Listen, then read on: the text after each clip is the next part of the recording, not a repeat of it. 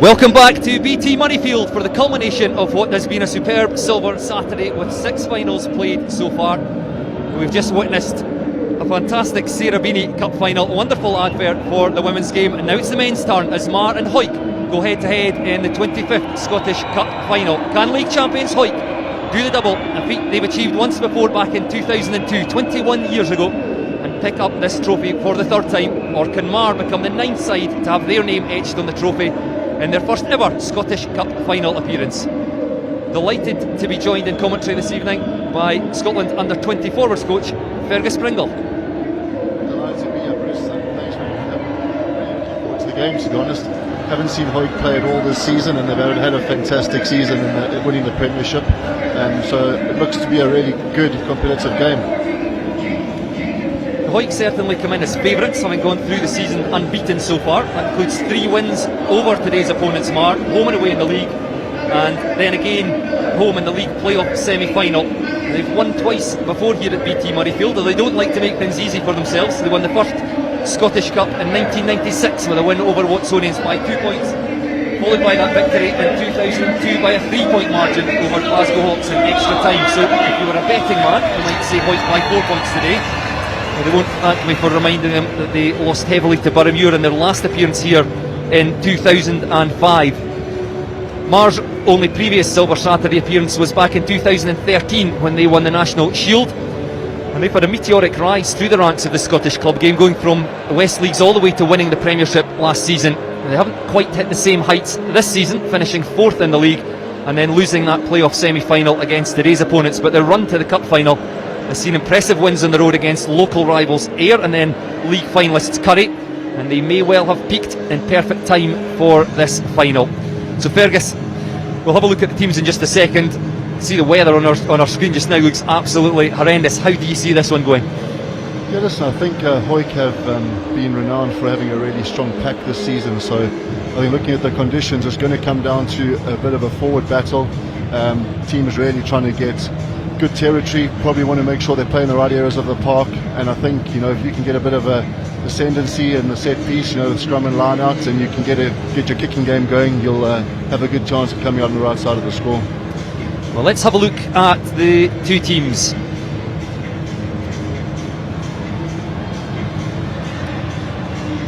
So Hawick first, and front row captain Sean Muir has made 212 appearances for Hawick, the former Scotland club 15 player, and he is alongside Fraser Rennick and Nicky Little. The second row pairing of Sean Fairbairn and Dalton Redpath, and in the back row Stuart Graham and Callum Rennick on the flanks with Jay Linton at number 8. Half-back pairing of Gareth Welsh and Kyle Brunton. The centres, Andrew Mitchell is alongside Australian Ethan Riley, who plays his last game for the club this afternoon.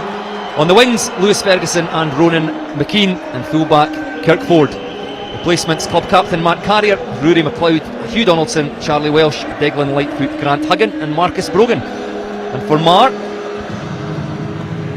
Gordon Reid, with 41 Scottish caps, made his debut for Scotland back in 2014, signed for Marr in 2021. It's a huge experience for Marr in the front row. He's alongside Blair Jardine, an Ayrshire Bulls player, and Andrew Acton. Second row pairings, David Andrew and Harry Murray. And the back row, Fraser Grant, Cameron Young and Ben Johnson. Their half-backs are Grant Baird, who's played all 4 games this season for the Ayrshire Bulls, and he's alongside co-captain Colin Sturgeon. The centres, the other captain Connor Bickerstaff is partnered with Gregor Paxton. Scott Bickerstaff and Jake Jacobson are on the wings, and Callum Ingalls is at fullback. On the bench they have Blair Nicol, another Ayrshire Bull, and Craig Millar, Angus Johnson, Murray Blair, Nairn Calder, Jack Scott and Gregor Beckwith. So Fergus, having looked through the teams, you'll know a few of these players. Who would you pick out as key individuals to look for today?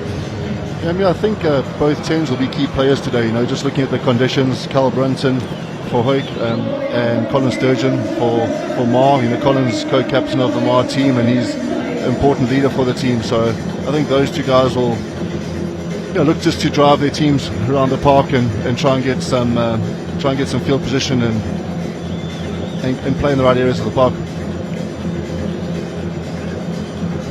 We're just waiting on the teams coming out the tunnel. You can see the Guard of Honour waving the flags there. And Both sides have brought a huge travelling support. The West stand below us here at BT Murrayfield, awash with green and white and purple and gold. We're all set for what should be an absolutely cracking final. The route to the final for these teams, we had to do the hard way. Marr, 2 trips, one to Curry Chieftains, where they won 27-10, and then local rivals there 25-10. They won that day. As for Hawick, they beat local rivals Jed Forest 34-7, followed up by 2 away trips. Defeated Enbrackies 23-12, and then Glasgow Hawks 34 points to 16.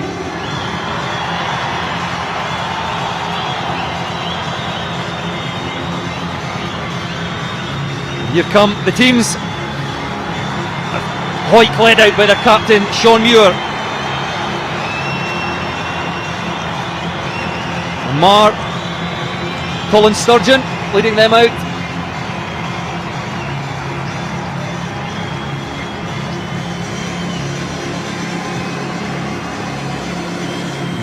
Fantastic atmosphere at BT Murrayfield. Yes, it's great to see so many people here today. It's been some great games in the build-up to this final game of the day, so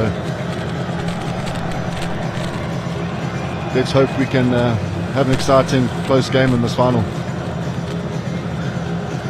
So the team's just in their huddles. And I wonder if there's been well, they would be expecting, they would have seen the weather forecast. The weather has stayed until about the last 20 minutes of the Sarah Beanie Cup final. It's stayed fair, but it's very, very wet now. Will that change the game that you'd expect to see, Fergus?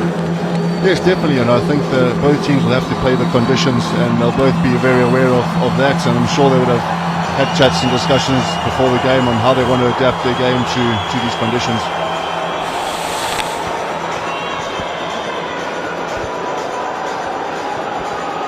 So will be Hawick to kick off, playing from left to right as we watch this one from the halfway up the west stand. The referee this afternoon, the man in the middle, David Young. He's assisted by Fergus Hollins and Grant Denham, and fourth official Gordon Galashan. And with that, the referee sets us off, and Hawick kick long into the Marr 22, and that rather slides off the left boot there as Marr tried to clear that one. So an early opportunity for Hawick here from the line out. I think the line-outs will obviously be a key part of the game. It's a real big source of attacking possession. So let's see how Hawick start off here, where they throw and what they're trying to do from this line-out platform. Fraser Rennick, it's his instructions from his captain Sean Muir. Bit of movement there, and stolen in the middle by Marr. I think that was perhaps Ben Johnson going up there. That goes Colin Sturgeon. Well, in fact, the scrum half Grant Baird takes on kicking duties. Good chase by Scott Bickerstaff, but it does bounce for Hawick and Kirk Ford. Dragged down on the Hawick 10-metre line. Played away by Welsh, a bit scrappy. Ethan Riley unable to take that, and Hawick going backwards here. Still in possession though. Welsh off to the forwards. Good defence by Marr, driving Hawick back. They're all the way back inside their 22.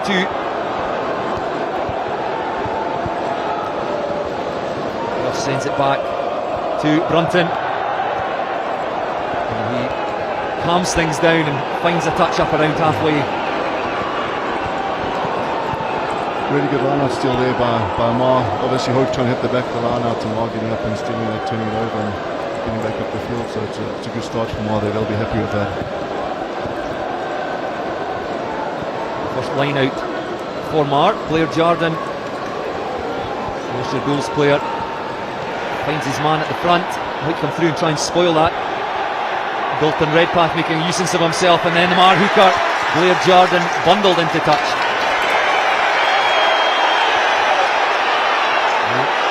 Tension just boiling over a little.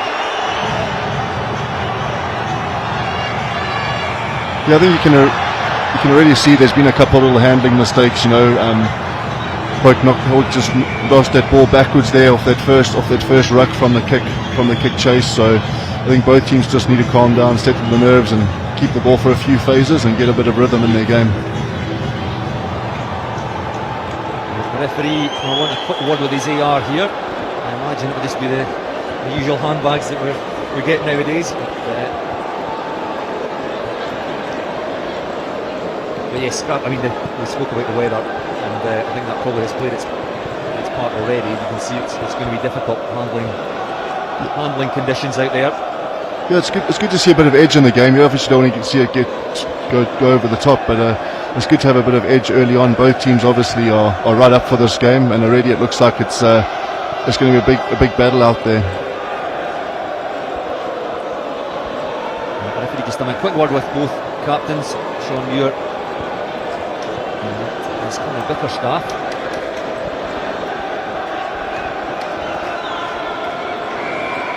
Just see what happened here on your screen now. The referee indicating a shove.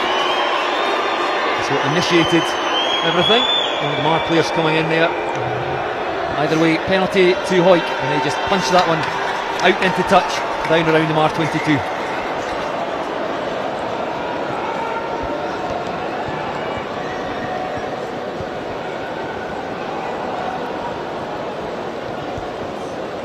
Hawick taking the time, coming up to the line out. Sean Muir again, just having a quick word with Fraser Rennick.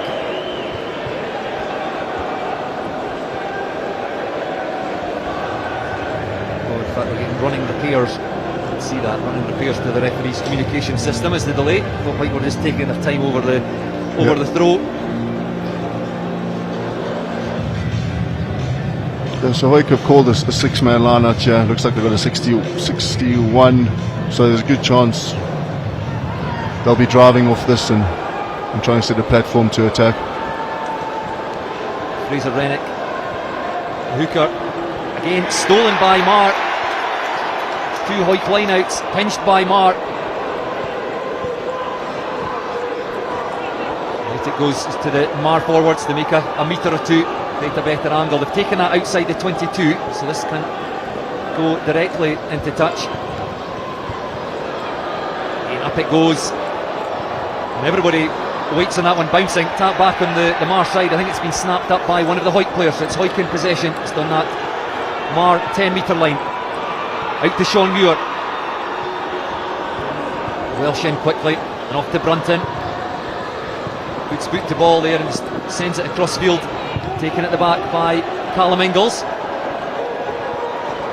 And picked up by Kyle Brunton on the Hawick 10-metre line. Sees space in behind. Sends that across to the other side of the pitch, the stand side of the pitch. And Marr just allow that to roll over into the in-goal area, so it'll be a goal line dropout. Yeah, you can really see a little bit of kick tennis going on there once Marr kicked that exit. Just got to make sure they cover their backfield there, and Carl Brunton spotted a bit of open space in the backfield, and unfortunately the ball just went a bit far.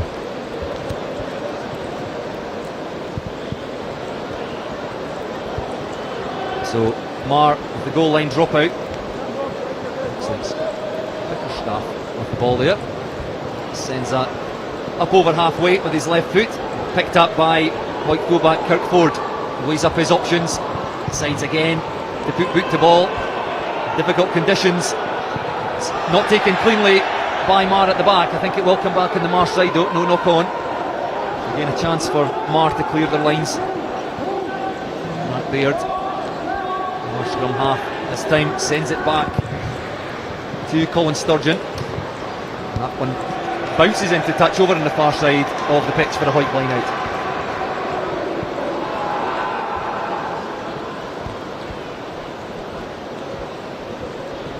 So Fraser Rennick, I imagine, will be feeling a little bit of pressure. It's 2 line outs, 2 stolen. Yes, Harry Murray's done well there. He's put a bit of pressure on the opposition line out. I'm sure Marr have done their homework, and it just happens sometimes, doesn't it? You lose one, you lose another, and suddenly the pressure builds. So let's see how they go here, and see if Marr go up again and contest in the air.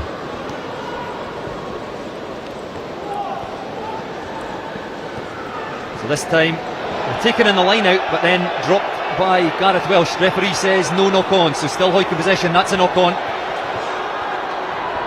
So again, the conditions playing havoc with the handling, and untidy ball from the line out, eventually knocked on in the midfield by Hawick. So a chance here for Marr to strike from the scrum. Yeah, I'm sure Marr will be pretty happy with this start. You know, they've had a bit of pressure put on them in their own half, and they've absorbed that pressure, and probably forcing Hawick to do something they don't want to do, playing away from that line out early, and then forcing Hawick to knock the ball on. So they've got a scrum here in a great position, and probably looking at that backfield, seeing if they can get some territory and put the pressure back on Hawick. The referee not happy with the first scrum engagement. A quick word: Gordon Reid, Blair Jardine and Andrew Acton in front row for Marr. Sean Muir, Fraser Rennick and Nicky Little, so lots of experience in there. They're trying to take any advantage they can possibly find. Yes, I mean the scrum is going to be a big part of the game, so it looks like there's two very experienced front rows out there, so this scrum will be crucial, and both teams will be trying to get that edge early on and trying to show the ref good pictures. Big drive by Hawick, but the ball picked up at the base by Ben Johnson, and away go Marr up into the Hawick half, fed out wide, play now inside the Hawick 22. Back it comes to the forwards, make another metre or two. Good quick ball here for Marr. In a carry in the midfield this time by Cameron Young, the open side flanker. Baird in there and finds Gregor Paxton. Hawick defence managed to shut him down. Away goes Bickerstaff, off to his brother Scott. Play 12 metres out now from the Hawick try line. Once more the Marr forwards carry. Out to Sturgeon. Off the line quickly there came Callum Rennick, but it's still Marr in possession. Jake Jacobson has a go on the outside. Closed down again by Hawick. Still Marr peppering that blind side. Ball goes loose, comes back on the Hawick side. The referee playing an advantage. Up goes the flag on the far side. And the first real opportunity to see Marr getting into their rhythm in attack, but good Hawick defence. Yeah, you know, it often happens. Hawick had the shove on there at the scrum, and their back row probably just stayed on for that split second too long, and the next thing there's a little line break up the short side there, so that was well done by Marr. But I look at Hawick and they look pretty comfortable in that defensive set, to be honest. They're not really putting numbers into the breakdown on defence, they're just filling the field. They got Welshie in the back just covering that backfield, so they got 14-1, and it looks like they're pretty comfortable and look pretty confident with their defence, don't they? Think a bit of treatment here for, I see a bleeding nose in fact, one of the Marr players. So a slow start, but we're starting to see a bit of rugby.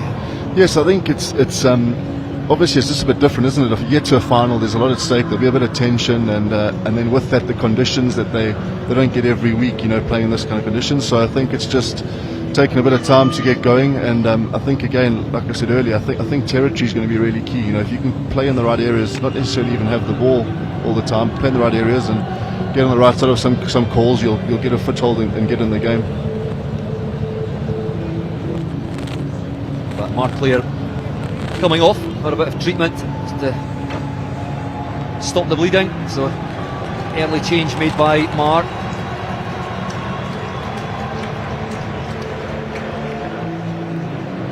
So Hawick certainly had the upper hand in the last scrum. They seem to look to put a bit of pressure on this Marr scrum once more. Yes, I'm sure, you know, now that it's their ball, if they feel they've got a bit of ascendancy, they're probably going to keep that ball in at the back of the scrum and test the ref if they've got any go forward.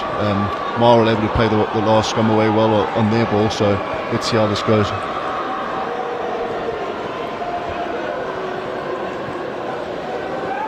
In by Gareth Welsh. Out to Riley in the centres. Once more to set up the position, however, Marr penalty, holding on in the deck by Hawick. And the penalty to Hawick out in front of to Marr, apologies, out in front of the posts. Yeah, that's such a key part of the game, and especially in a big game like this final, it's really important that you exit well, you know. So I think an example here of just really good defence, good low chop, and then Conor Bickerstaff getting on the ball and getting a great steal, you know. That's a great piece of play by Marr. So Colin Sturgeon, no hesitation in pointing to the posts. might be the kind of day that you just want to keep the scoreboard ticking over at any opportunity. Yes, for sure. And I think again, a game where you're going to really have to exit out of your half pretty well, because you want to be put under pressure deep in your own half as well.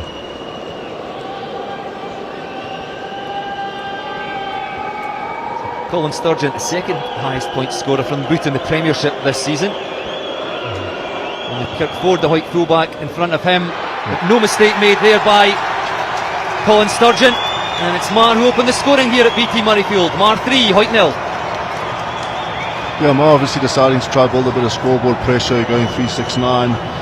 Could have probably kicked to the corner if they wanted to, maybe not backing their maul against Hawick early on and want to get some points on the board. But a good start from Marr. They'll be happy that they've absorbed their pressure in their own half and have been able to come away with points for the one time they've got into Hawick's half.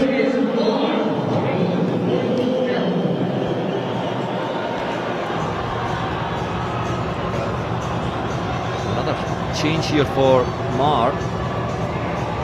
The referee telling one of the Marr players to come off. They've been forced that change. Angus Johnson, twin brother of Ben Johnson, who started at number 8, is on as a blood replacement. I think there's just a little confusion. Yes, we're getting the change made. Cameron Young, who went off with a bleeding nose just 2 or 3 minutes ago, comes back on, and Angus Johnson makes way for him. We'll see Johnson again later in the match, no doubt. For now, Cameron Young fit to go on. It'll be Kyle Brunton for Hawick, who again sends that long into the Marr 22, taken by Colin Sturgeon. And finds a safe touch just midway between the Marr 22 and 10-metre line. Yeah, I'm not sure that they wanted to kick off straight down Colin Sturgeon's throat there and give him an easy exit. That's an easy exit for Marr. Maybe you go a bit deeper and close to the touchline, but here's an opportunity again for Hawick to attack, and let's see what they do off this line out. The line-out's been a bit shaky so far. Let's give Fraser Rennick an easier option. Come to the front, Dalton Redpath, and Marr do go up in front. Redpath takes that, drops it, but went backwards. No, referee says it was knocked on, so real problems with the Hawick line-out.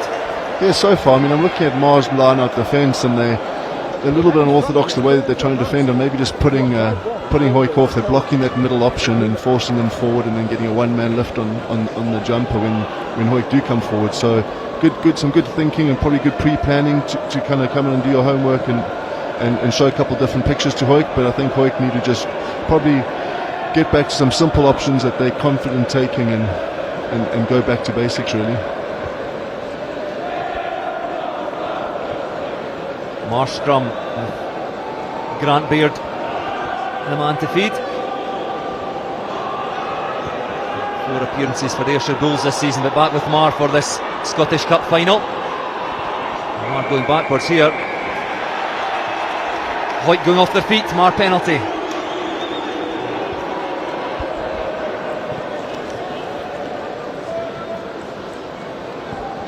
Another easy out here for Marr. Not a great angle for Colin Sturgeon. 5 metres in on this stand-side touchline.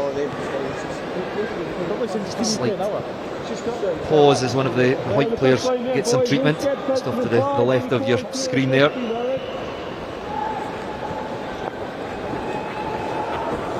Stuart Graham seems to be okay. Hawick blindside flanker. Anything you need on the way back?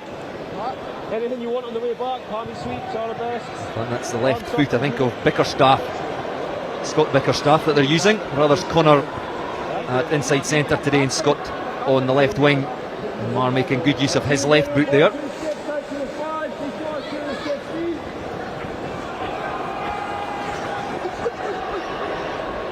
Movement again in that Marr line out, and they go long off the top from Harry Murray, and then sent long, taken by Hawick just outside their 20. That's a loose pass. Hawick try and put boot the ball there. This could go wrong for them. It bounces into touch, and the pressure there from Marr hooker Blair Jardine, and Marr have won themselves a line out just outside that Hawick 22. Yes, that's a good option. I think in this weather, they've been brave, won the ball at the back of the line out and put up a kick, and they're just going to test Kirkford at the back there and just see how they handle the conditions, under the high ball, and a good chase from Marr, and you can see a good kick chase putting Hawick under pressure in the backfield. Yes, a loose pass from Ford to Lewis Ferguson there. And that one's won by Hawick. Back goes Gareth Welsh to tidy up Hawick scrum half. 15 metres out from the Hawick try line. Still Marr 3, Hawick 0. And Hawick forwards. And just creating a better angle for the kicker. Back it goes to Brunton, under a bit of pressure there from 2 or 3 Marr players, and he just finds Callum Ingalls, who takes it the second time of asking of to Scott Bickerstaff. He just straightens, taken down by Kyle Brunton. Bared away to Sturgeon, sees space in behind over on that far side. Picked up by Kirk Ford. Again, this one won't find touch. Sturgeon on the Hawick 10 metre line. Finds Ingalls, back to Sturgeon. And after a slightly shaky start, Marr again doing all the running here. In behind the forwards. Out there to Gordon Reid. Got in 2 minds there. Crowd favourite. With the Marr faithful down to our left. Hawick again, not allowing Marr to make any ground, still on that Hawick 10 metre line. Baird out to the forwards. Now to Sturgeon, looks for a runner off his shoulder. Hit hard in the tackle once more by Hawick. However, not rolling away this time, the offence, and penalty again to Marr. Yeah, really, I think you can see that the importance of the contact area today. Marr went and got that penalty off that jackal turnover early on, and Hawick could concede another penalty here. So it's just trying to get on the right side of the ref around that contact area and showing good pictures, whether you're going in for a jackal or whether you're coming in to clear out on attack. Colin Sturgeon has again asked for the kicking tee. Just to the left of the posts, and he should have plenty distance. He seems to be around Marr forever, Colin Sturgeon, a real club faithful and a wonderful player. Played a bit at centre. Stand off now, just a metre or so past that Hawick 10 metre line, and the angle, it might be 43, 44 metres.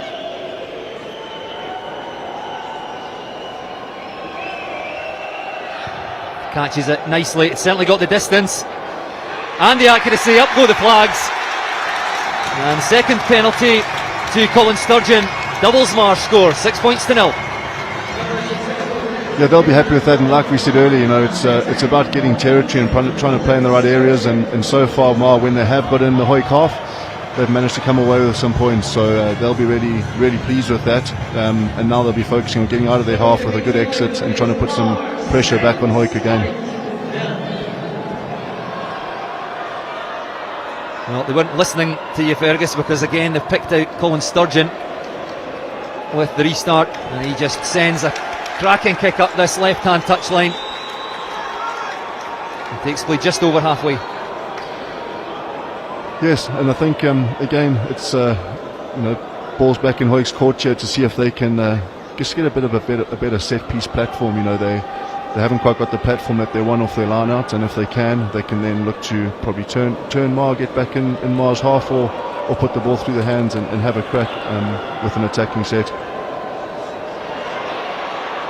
So in from Rennick to Sean Muir at the front of the Hawick line out. Again goes loose, tidied up by Lewis Ferguson.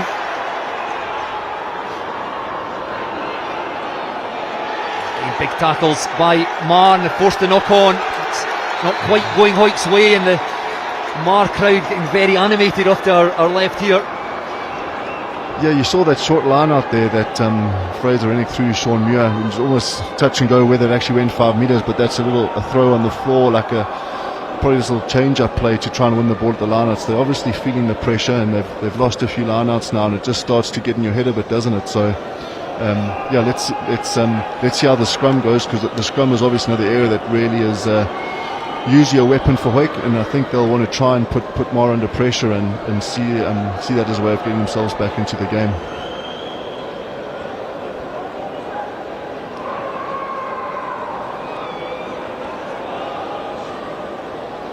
Grant Baird with ball in hand. It's a good solid Marr scrum. Baird just biding his time here, sends it out to Sturgeon, who puts boot to ball again in behind Ferguson, bounces up kindly for the Hawick right wing across to Kirkford. That one will stay in the field of play, taken at the back by Callum Ingalls. Marr fullback, and again he just sends that one high, taken by his opposite number, Kirkford. Hit hard as he came down, having taken the kick. Through the Hawick forwards, it was Dalton Redpath, carried by Nicky Little. Hawick tight head. He's looking to set up a position for the kick. Gareth Welsh digging for that one, just moving the forwards around to give himself a bit of a shield. Up it goes, just a little bit too far, taken cleanly by Marr at the back. Lewis Ferguson makes the tackle. Grant Baird organising things out in that Marr backline, looking for options. Again, Sturgeon just saying he wants another phase on the forwards. Well, no, in fact Grant Baird puts boot to ball there, can't be taken cleanly by his opposite number, Gareth Welsh, knocked on by Marr. Play with Hawick just on their own 10 metre line. Sean Muir again with the carry. One of the best ball carrying forwards in Scottish rugby for some time. Callum Rennick involved, and then back it goes. Still in the field of play, Callum Ingalls. Kick tennis, as you said earlier, Fergus. Yes, and I think it's really important that the forwards keep concentrating here, because they've got a lot of work to do, running those escorts off the box kicks, and a bit of kick tennis here, working hard to get back behind the attack, so it's important the forwards don't switch off. Yes, all you need is one to go to sleep in the middle. There's a gap and somebody is through it. It's Colin Sturgeon this time at the back. Chip over the top this time, tries to gather it. Well, Jacobson, in fact, the man putting the pressure on there, but this one will come back on the Hawick side. Welsh there, and Hawick go down the blind side through Dalton Redpath. Play over on the far side. Good footwork there by Callum Rennick, who skipped past the first tackler, takes play up to the Marr 10 metre line. And Welsh sweeps it away, and this time in behind the forwards. Riley tried to thread the ball through there, but charged down by Marr. And the referee says the ball was knocked on in there, and it will be a Marr feed to the scrum. Yeah, again, we've alluded to it earlier, just how important the kicking games are going to be today. So both teams have been pretty effective on their kick chase when they've used that box kick tactic. I would say the forwards just have to retreat a bit more collectively, work harder on those escort lines to protect the catches under the ball, and then it's just working back and trying to get set up into your counter-attack shape, so that you can either move the ball or turn the opposition and try and kick with a good kick chase.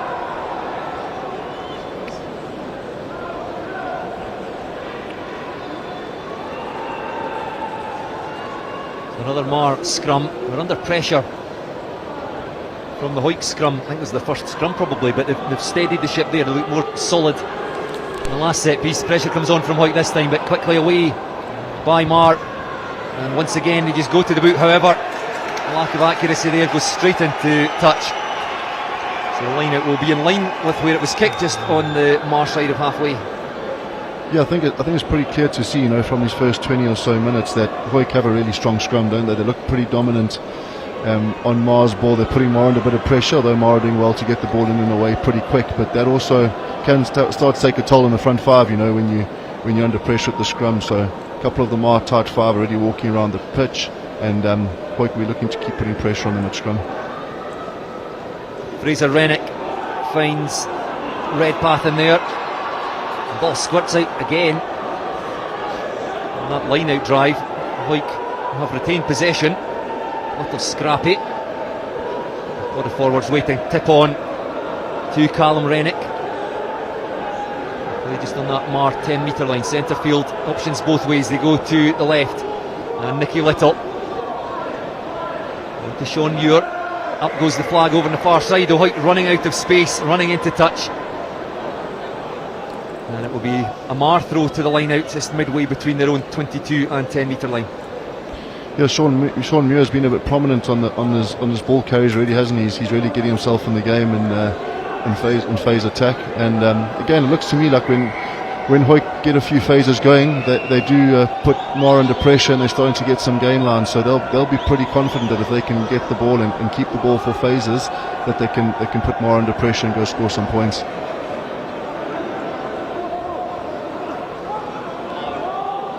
Marr with the ball from the line out.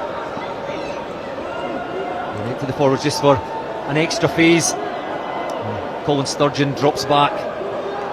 Looks on this ball from Baird. Well, again, Baird just takes on kicking duties himself. And that can be taken cleanly at the back by Ronan McKean. The knock on, and Marr take play up over halfway.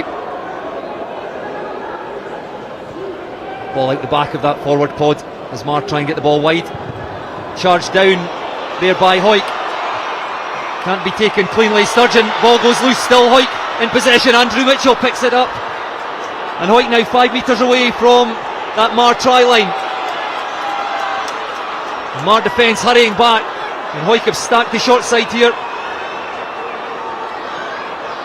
Gareth Welsh again, digging for it. Loose pass, can't be taken cleanly by Fraser Rennick. Ball knocked on. And the opportunity goes a-begging for Hawick.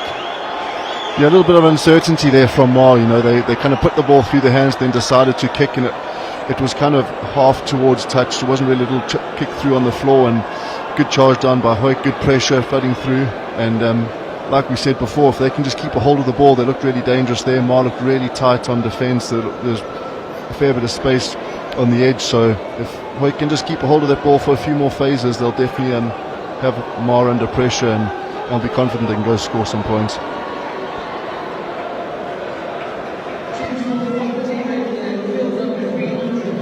So change in the front row for Marr made very early. Andrew Acton, the tight head prop, coming off Craig Millar, the man who's played all 4 games this season for the Ayrshire Bulls, comes on in his place. Yeah, let's see how this affects the scrum. Again, Marr have been under a little bit of pressure at scrum. I think Sean Muir has been strong at scrum, and so has Nicky Little. So let's see how Craig goes, and if he can make a difference that Hawick pack to the Marr pack. Again, Marr not waiting, just get that ball in and out of the scrum. The referee playing an advantage here to Marr. The penalty advantage. It was a high tackle.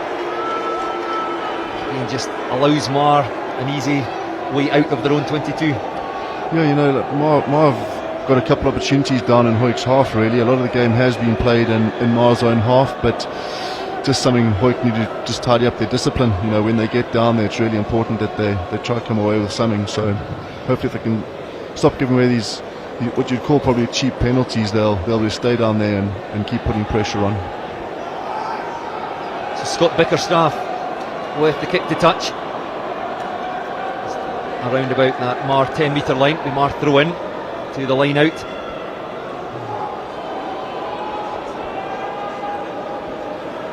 Drawing the ball first. It's not quite as heavy rain as it was before, but it's difficult conditions out there. A good throw to the back. Down to Baird. And Marr go to the boot once more. A little more time at the back there for Count Ford, but hit hard as he landed. And Marr piling to the breakdown. Will come back on the Hawick side. Gareth Welsh sends it back to Brunton. Just puts that over the top. He won't find touch. Marr will just send this one back into the Hawick half. Brunton back with the yellow boots on. Sent long by Ford this time. And back to our game of kick tennis. It's a high one. And Brunton takes that without too much pressure on from the Marr chase. And now Hawick try and run this one back and make 10 metres or so, 20 metres down that left flank. And Hawick onto the attack now up to the Marr 10 metre line. Counter ruck again comes in from Marr. It's a slow ball here for Hawick. Nicky Little waiting for us on Sean Muir. In fact, it is the ball out the back, and out into the midfield, couldn't be taken by Dalton Redpath though. The referee says ball knocked on.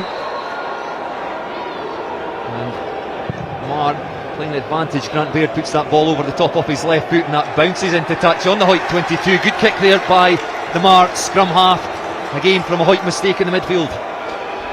Yes, and I think that was a good attack by Hawick there. They kept the ball in hand, tried to go through the phases, and looking at it from up here, I do think that Hawick are putting Marr under pressure when they keep a hold of the ball, and they had some good go forward down the touchline there. It's just a case of holding on to that ball and trying to build pressure, go a bit deeper in the phase count, and then I'm sure they'll, by building up pressure, they'll be able to get down and again get some positive outcomes.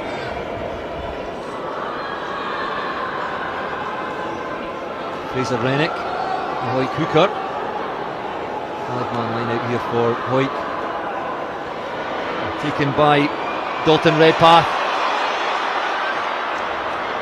It's good ground there. Big Hawick second row. And out it goes again to Sean Muir, the captain,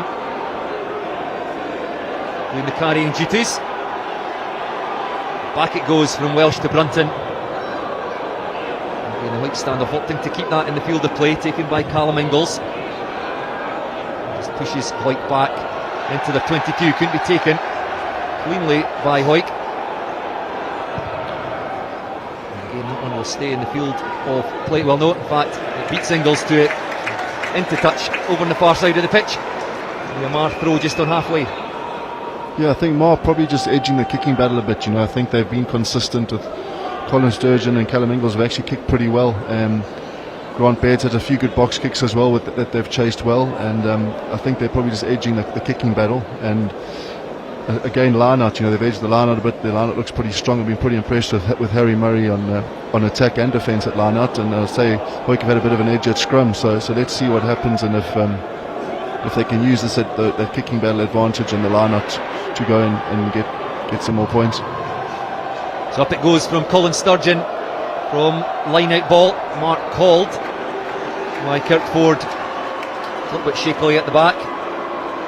Mark given, and slow things down as the Hawick players work their way back into the 22. But Marr, I think, you said there, they're probably edging the kicking battle. They realise that, and they're going to the boot at every opportunity.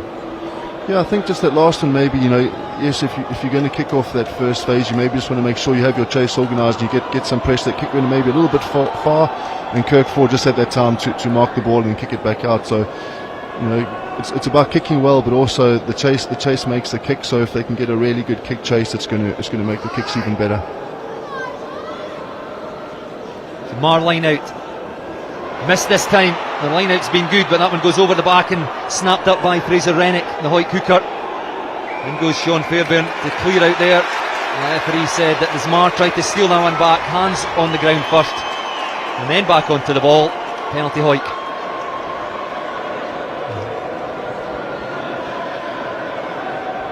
There's a chance for Hawick here to get back into get some field position again, get back up into Marr territory, and again, it's a bit of a risk reverse reward. Marr are going up really hard at the line-out and trying to contest aerially, and that last line-out you saw Dalton Redpath breaking through the middle of that line-out, so it'd be interesting to see if Marr back the aerial defence at line-out and go up again, or do they stay down if they a bit concerned about the maul threat that Hawick bring. 7 minutes left to play in the first half here at BT Murrayfield, the Scottish Cup final. Still Marr 6, Hawick 0. There's 2 Colin Sturgeon penalties, the difference between the sides. Fraser Rennick goes to the back, up goes Marr, very nearly got hands to that, but away goes Rennick. Play inside the Marr 22. Welsh off to Callum Rennick. Good footwork by the Hawick open side flanker, out to Redpath. Thought about passing it and stepped off his left foot, just straightened into contact. Hawick now about 8 metres away from that Marr try line. Sean Muir again offering himself as a ball carrier, doing the captain's role. Rennick again with the carry. Gareth Welsh just organising the troops, calling forward round the corner. Jay Linton, the Hawick number 8, loses that in contact. Ball knocked on, and Marr survived. Yeah, it's been a bit of a story of the half, hasn't it? Hawick look dangerous with the ball. When they keep the ball for phases, they're putting Marr under pressure, they're edging over that gain line, but it's just a case of these little mistakes costing them and halting their momentum. Good defence again from Marr.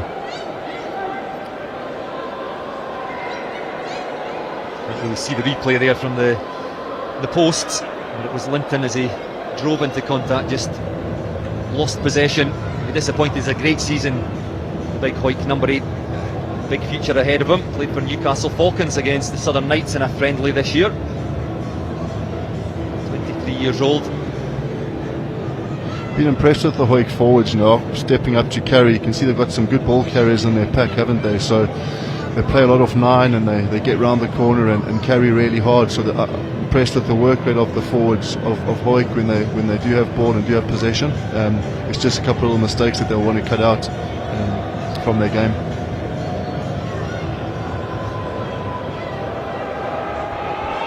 The Marr scrum as they defend a 6-0 lead and approach half time. Remember, Marr made that early change in the front row. Craig Millar coming on for Andrew Acton, just to see if he could steady the ship as the Hawick 8 put pressure on the Marr scrum. In fact, it goes forward on Craig Millar's side of the scrum, so it seems like he maybe has made a difference. Yes, I'm not sure Marr will be too happy with that reset. They'll be thinking they deserved it more from that last scrum. That was a good scrum, and Gordy Reid's strong. You can see he knows exactly what he's doing, and he's really trying to put Nicky Little under pressure. He obviously is attacking on his loose head side, doesn't want to be going in too much, but I think you can see he's strong, and since Craig Millar's come on, they've definitely strengthened that front row, and their scrum looks better.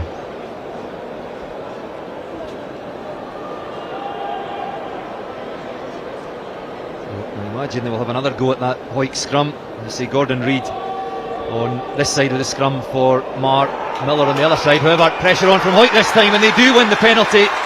He said Marr would feel hard done by there. The referee does award the penalty, but the other way this time. And the Hawick backs come in, pats on the head for the Hawick forwards, and Sean Muir points at the uprights and wants to get some points on the board for Hawick.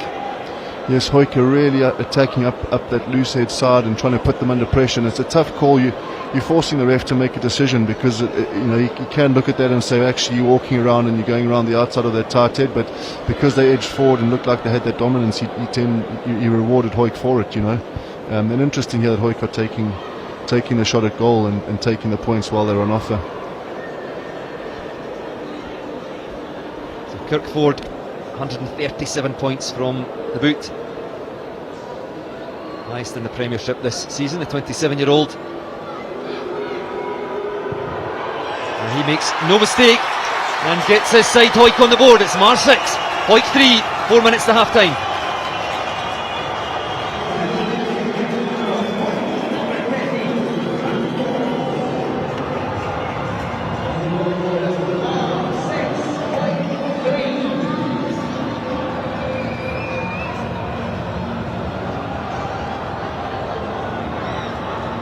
Hawick getting some reward there from their scrum pressure. Jay Linton takes that ball from the restart, just outside the Hawick 22.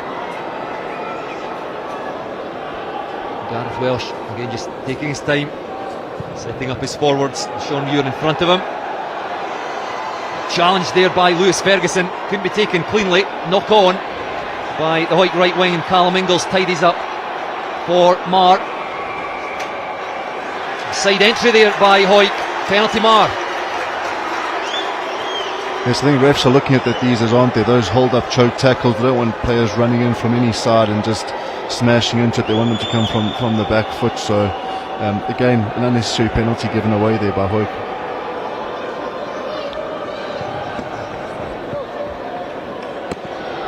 And that left boot of Scott Bickerstaff has been used on this side of the pitch, I think 3 times now by Marr.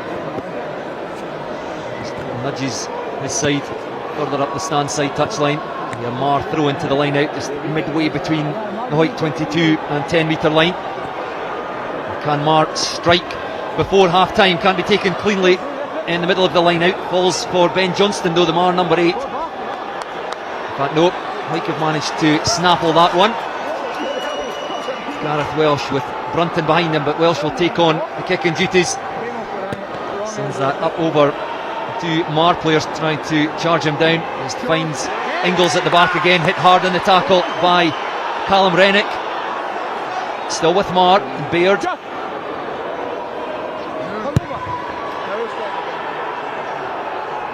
Marr just slowing things down here.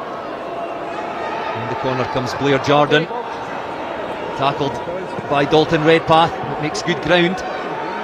Marr hooker. However, infringement this time by Marr, holding on to the deck. And the penalty goes to Hawick, and perhaps one last chance for them to strike before half-time. Yes, there's a good steal there. I think it was Fraser Rennick at the breakdown there. And again, these are key moments of the game. You know, if you're carrying off 9, you got support either side. You're expecting to go and win that ball, but a good effort by Fraser to win that jackal, and they've put Marr on the back foot here in their own 22. It's just a case of trying to capitalise on this, and at the moment the line, it is pretty scrappy for both teams. You know, they're not really getting a great platform to attack from, so any team that can turn it around and get a bit of platform off their set pieces is going to give themselves a good chance of being dominant in the game. 20 seconds or so left on the stadium clock at the end of this first half. Can Hawick go in ahead? Taken at the front of the line out, and then away goes Callum Rennick. Takes play just inside the Marr 22. Welsh again, slow ball, goes behind the forwards though to Brunton. Out the ball, taken up hard in the midfield by Hawick, and then round the corner go the forwards. Nicky Little plays still on that Marr 22. Back it comes to the open side. Jay Linton charges into contact. Welsh to Brunton, 2 options there. And it's Ethan Riley for a quiet first half, Australian outside centre. They've lost 2 or 3 metres here, but still crucially in possession. It looks like they'll go to the blind side again. Step back in field, in goes Callum Rennick to secure that one. And Welsh again looking for options on this short side. Finds Dalton Redpath. Makes a metre or 2. Marr defence holding firm. Out it goes to Sean Muir. Again driven back in the tackle. Solid Marr defence. This time Nicky Little. And again driven back in the contact area. Gregor Paxton, the Marr outside centre, involved there. Jay Linton gets Hawick back on the front foot. We're into injury time at the end of the first half as Hawick go down the left touchline. And that's Callum Rennick out to the left wing. And up goes the flag on the far side as Hawick charged into the Marr 22. And with that, the referee has blown for half-time. Marr 6, Hawick 3. Yes, a good defensive set there for Marr to finish the half. You know, you don't want to go conceding points just before half-time, and they'll go into the change room happy with that 6-3 lead. I just think Hawick will be a little bit disappointed with that first half overall. You know, I think they got some field position, maybe coughed up the ball a bit too easily, but I'm sure they'll be saying if they can just be themselves, play their normal game and come out play better in the second half, they'll be confident they can come and turn things around. And will Marr be disappointed that they didn't make more of the dominance and the field position they had? You know, I think when Marr got deep in Hawick's half, they actually came away with points. They were up there twice for periods of time, and you know, they're probably both teams are a little bit edgy with the weather and taking the points. You know, the only thing they could have done differently is maybe go to the corner, try and keep them down there and back their maul to try and get 7 points instead of 3. But you know, I think they'll be happy with how that first half has gone, and they took their points down there when they had the chance. Yes, 2 Colin Sturgeon penalties for Marr, just the one for Kirk Ford in reply for Hawick. Just seeing some of the first half action on our screens now. I think you can see, you know, and it's a bit of a theme across all the knockout rugby at the moment, how important the contact area is, and if you've got real strong jackal threats across your team, it can be a real added bonus in these high pressure games where there's a lot at stake and the refs making decisions on very small margins. So there's been a couple of key turnovers. You know, Marr got a key turnover to get that penalty early in the first half, and that turnover from Fraser Innick, they got them field position and another chance to attack in the Marr 22. So I think going into the second half, both coaches will be reminding their players, especially their forwards, on just really accurate, clear out technique at the breakdown, getting that support there nice and quick, winning those races, and the ball carrier doing his job. And then I think that defensively, the guys will be looking to go and have a bit of a sniff at the ball, because the refs rewarding that at the moment. You see the Hawick charge down there as Marr tried to clear their lines. Ball couldn't be taken by Ingalls, and the Hawick centres on hand, picked up by Mitchell. He got very close to the Marr try line.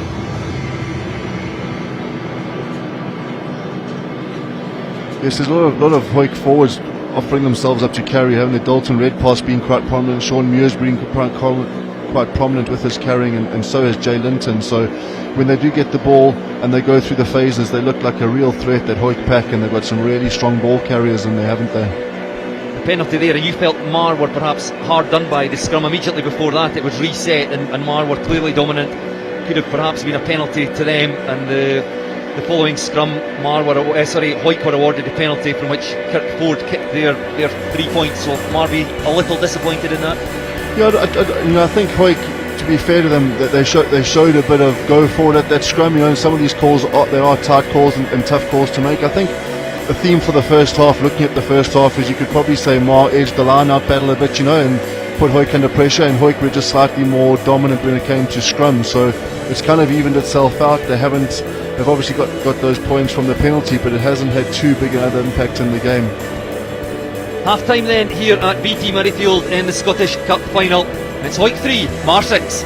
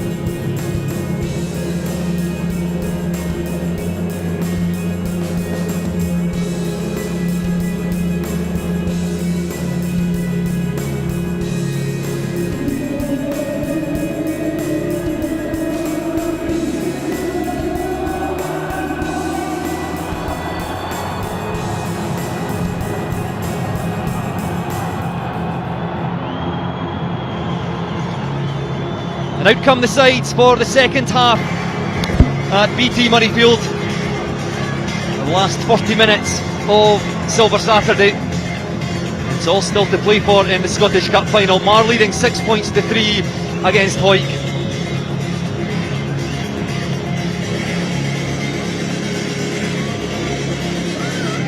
The rain's still on here at BT Murrayfield, which has made handling tricky, no doubt, in the first half. No tries as yet, just 2 penalties from the boot of Colin Sturgeon for Marr. Kirk Ford with 1 in reply for Hawick.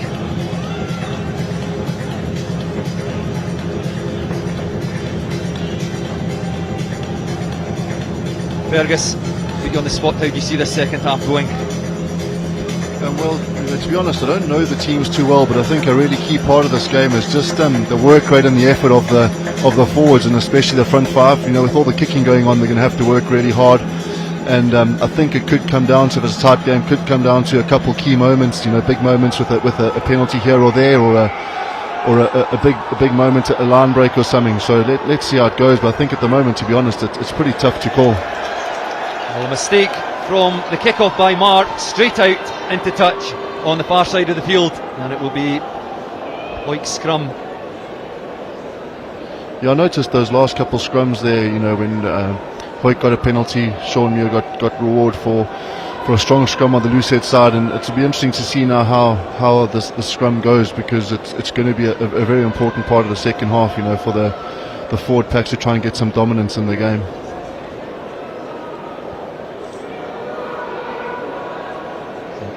Gareth Welsh, try that again. G. Linton at the base of the Hawick scrum.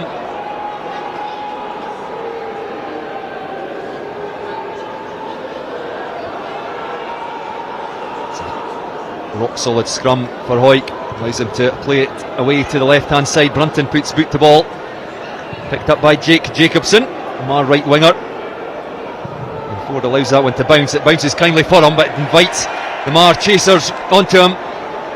He's tackled around about the Hawick 10 metre line, just 5 metres in from the stand side touchline, the west stand here at BT Murrayfield.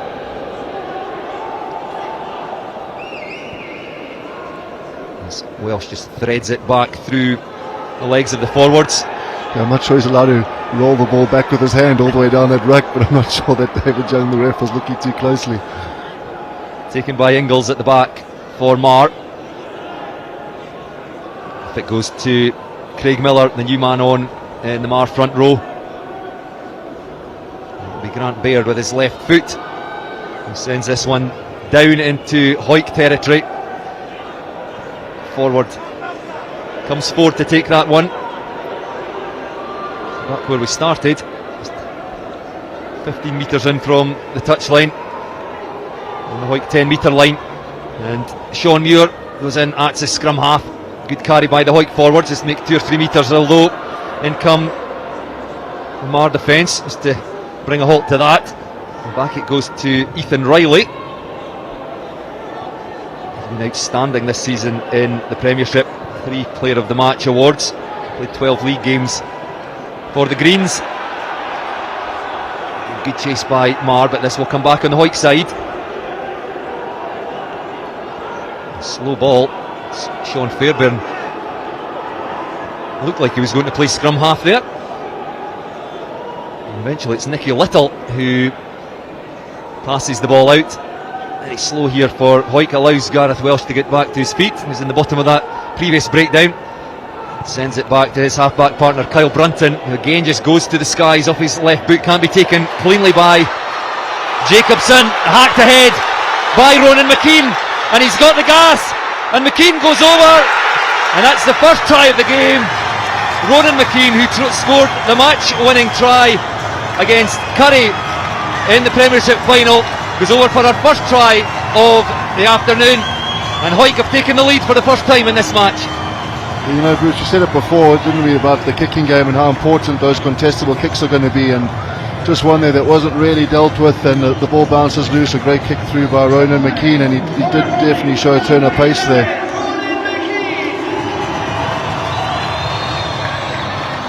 The other thing you'd say is Colin Sturgeon, just for a split second there, just stopped and held his hands up, and I think that's an important lesson for players. Just play to the whistle in those second ball moments when the ball bounces loose. Just a lot of urgency and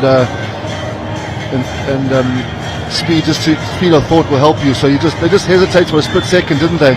And Rowan McKeon was able to kick that ball through, and it's a great kick chase and a great score. It feels like a pivotal moment of the game because they got right back in the game. That will really lift their confidence.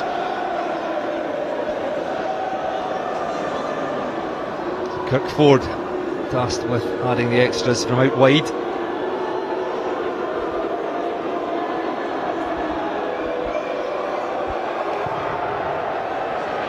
And he sends that one just inside the right upright. Up go the flags, and Ford adds the icing on the Ronan McKean cake. It's Marr 6, Hawick 10. Yeah, it almost looked like a bit of a miss kick from Carl Brunton initially. He kicks well off both feet, which not many players do, and he kicked it off the left foot, skewed it a bit, and turned into a really good contestable kick with a good effective chase.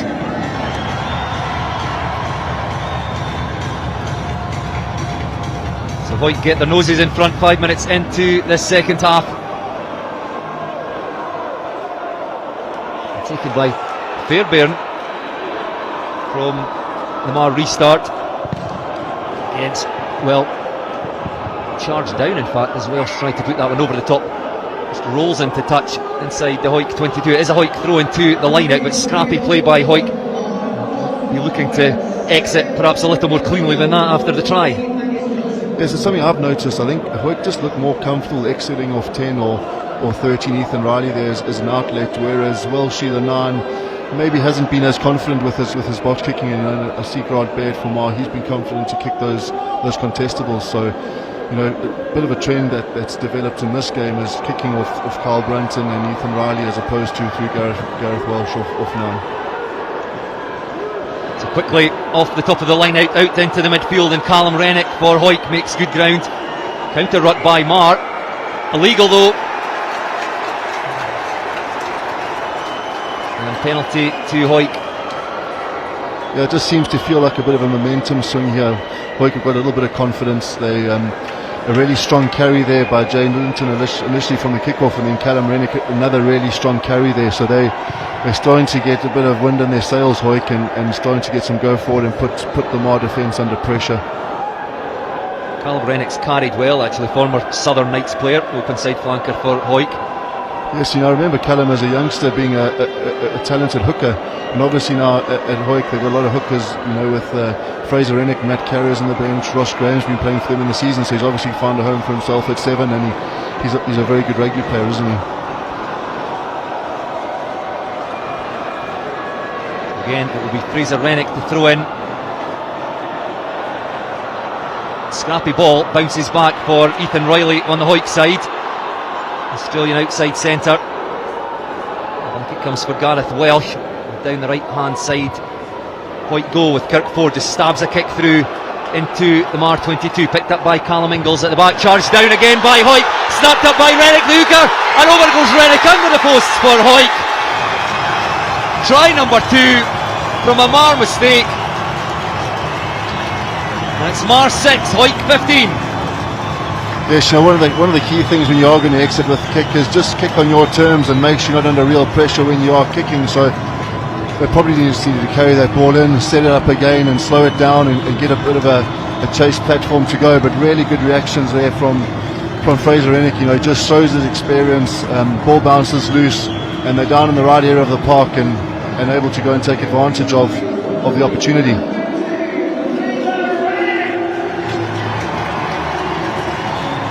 Trying to pick out which of the Hawick players made that charge down, but it was an excellent bit of athleticism to get his body in front of it, and perhaps see from this angle.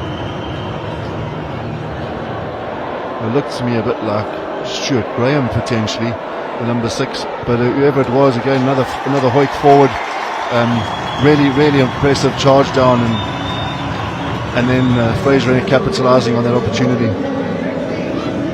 Kirkford again adds the extras. You were absolutely right, you picked your man out, Stuart Graham, the Hawick blindside flanker. Well, wonderful charge down, and Fraser Rennick, the first man to react, snapped the ball up and and he had the pace to go over under the post for Hawick. Yeah, and I think just the fact that Hawick have managed to score 2 quick tries here definitely does put the momentum in their favour, and you can just feel that their confidence has grown, and all they need to do is try and get back down at the other end of the field, and they'll back themselves to be able to go put more points on the board. And again, I think if Marr can just weather the storm a bit here, just slow things down a bit and get a bit of field position, get the kicking game going again, they also might be able to put the pressure back on Hawick. That's a great clearance kick there by Hawick. Didn't have much angle to work with. It's found a touch over on the far side of the pitch. Just having another look at that, there's a suggestion that it may well have gone out on the full. I think there was a bit of a discussion around that, but it's been decided that it did bounce in the field of play first, so it'll be Marr throw into the line out with her back in their own half again, and Hawick very much in the ascendancy now. In fact, Hawick have stolen that one from the line out. Away comes Sean Muir, the Hawick captain, to play just outside the Marr 22. It's Hawick pick and go through the middle, make another 3 or 4 metres. Back it comes to Graham. Stuart Graham, the man who's charged down, led to Fraser Rennick's try. This time in behind the forwards to Brunton, and then again behind Rennick to Ethan Riley. Sean Muir has done a power of carrying this afternoon. This time he's driven back on Rayer's right.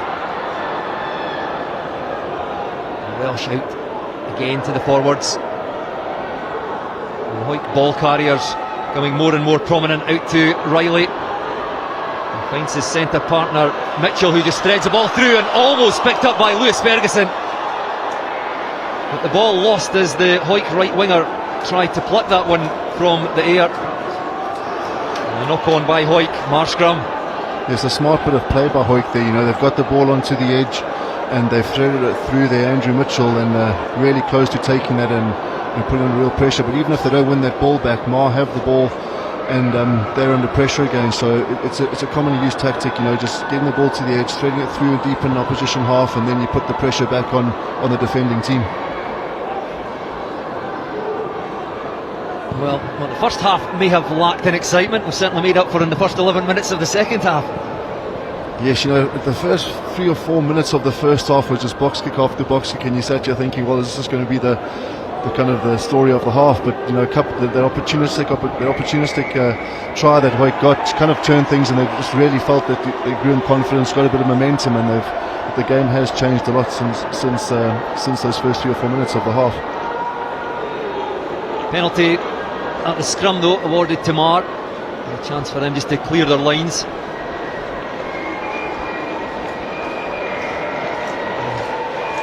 Scrum's been interesting. Hawick certainly dominant at the start, and Marr seemed to steady the ship a little when they made that change. Craig Millar coming on in the front row for Andrew Acton. That's probably your area of expertise, Fergus. I don't know what you've made of it.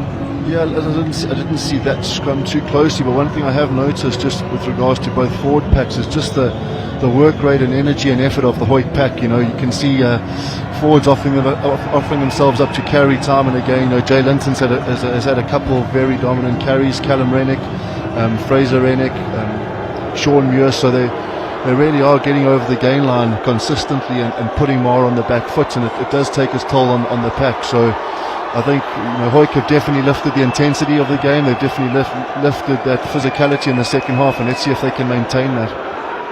They've certainly been the dominant force in Scottish club rugby this season, picking up the Premiership title back in March. This, I would suggest, though, the strongest side Marr have turned out this year. It's Marr in possession.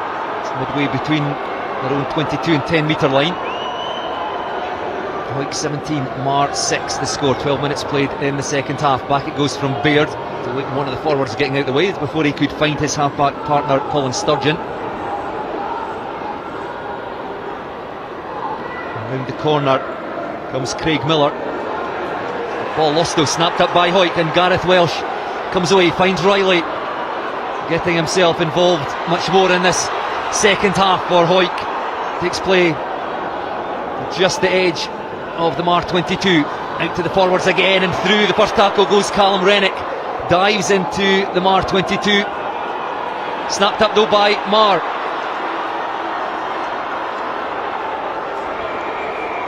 And the penalty though goes Hawick's way. A quick tap. The referee, I don't think happy with that, perhaps not from the mark. But Hawick was trying to lift the pace of the game, and you could probably see an example of what you just mentioned. Marr were very slow. I think Craig Millar went round the corner on his own there, whereas Hawick have been much quicker getting themselves into position. But Hawick opting to go for posts here and just keep that scoreboard ticking over. It's a bit of a theme for me, it stands out how hard Marr are going at the defensive breakdown, so they're really putting numbers in to try and counter ruck, which is how they got that ball turned over at that first one. Someone went off slightly off their feet there, and it might have been a bit lucky to get away with it, whereas Marr, big counter rucking threat, going hard at the breakdown, whereas Hawick are making their tackles and making good decisions around when they're going for that jackal or not. And they've, in the last few minutes of the second half, we've seen some key jackal steals there, and that's just another example, filling the field, putting two in the tackle, but potentially if there's an opportunity, that tacklist is just going in and trying to win a turnover with the jackal.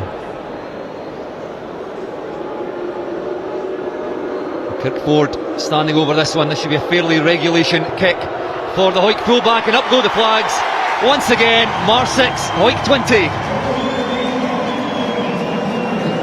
Okay, we saw Marr in the first half exit really well there and get out of their half, and that was just an example of them getting the ball back. Colin Sturgeon running the ball himself, getting caught tackled on the gain line, and then they didn't really have that general behind to organise their kick chase and get out of their half, which is so important in this weather, and especially now in a pressure game when you're a little bit behind. You want to get out of your half nice and quick, nice and neatly, and turn the pressure back onto Hawick. There's still 25 minutes left here to play in the Scottish Cup final at BT Murrayfield. Marr trailing by 14 points. I feel that they have got to be the next side to score. It goes to Ford. Sends that into Marr territory, just stopped in the boot by Colin Sturgeon. Sends that one up, chases it himself, but it's taken by Stuart Graham for Hawick. Just on their own side of halfway. Out to Brunton. Spirals that off his left boot. Nice bit of footballing skills there by Jake Jacobson on the right wing for Marr. And Kyle Brunton opted to leave that, bouncing the field of play. Now they're under a bit of pressure, just a one-man chase though. And Ford hit hard as he managed to get the ball away to Brunton. He comes forward to chase his own kick, picked up by Callum Ingalls on the Marr side of halfway, and stabs it through. Sees a bit of space in behind Graham. Hard work there by Hawick blindside to work his way back, offer support to the back three. Marr again, send that one up. That one just goes out, so another mistake off the boot from Marr. So we'll come all the way back to the Hawick line out, just on the Hawick side of halfway. Yes, and again, Hawick have started to win a bit of line-out ball. They probably talked about it at half-time, had a bit of a get-together with the forwards. They're trying to work out what kind of line-out options they can use to win the ball. And from their point of view, they'll want to win this line-out and set up a platform and probably get back into Marr's half and put them under pressure.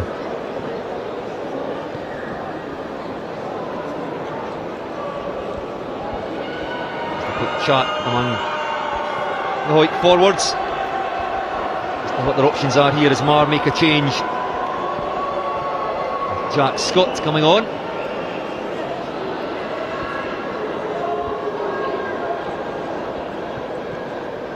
Makes his way across to the left wing. On for Scott Bickerstaff coming off. Confirmation of that just in a second. No, in fact it's not. It's Gregor Paxton outside centre.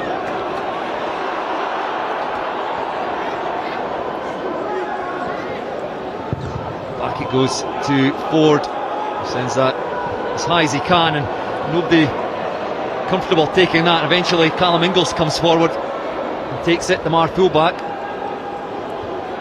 And all Marr can do here is put boot to ball again. Delicate chip over the top, but bounces up nicely for Gareth Welsh, the Hawick scrum half, and then picked up by Ethan Riley.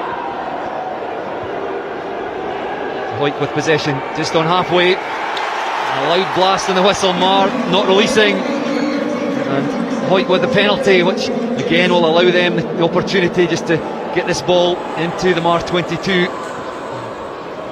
Hawick looking more and more dangerous as they get themselves into the Marr half. Yes, again another kick there by Kirk forward, like a contestable kick off first receiver, and from a Marr point of view, you don't let that ball bounce in the backfield, do you? I think the two backfield defenders are really deep. Hawick spotted that well, spotted the space and just put it straight up in the middle of the park, and the ball bounced, and then you're under pressure straight away from there. So they'll want to get that backfield coverage right, get their positioning right, to make sure they catch the ball before it bounces. Change in the front row now for Hawick. Nicky Little coming off. Hawick tight head.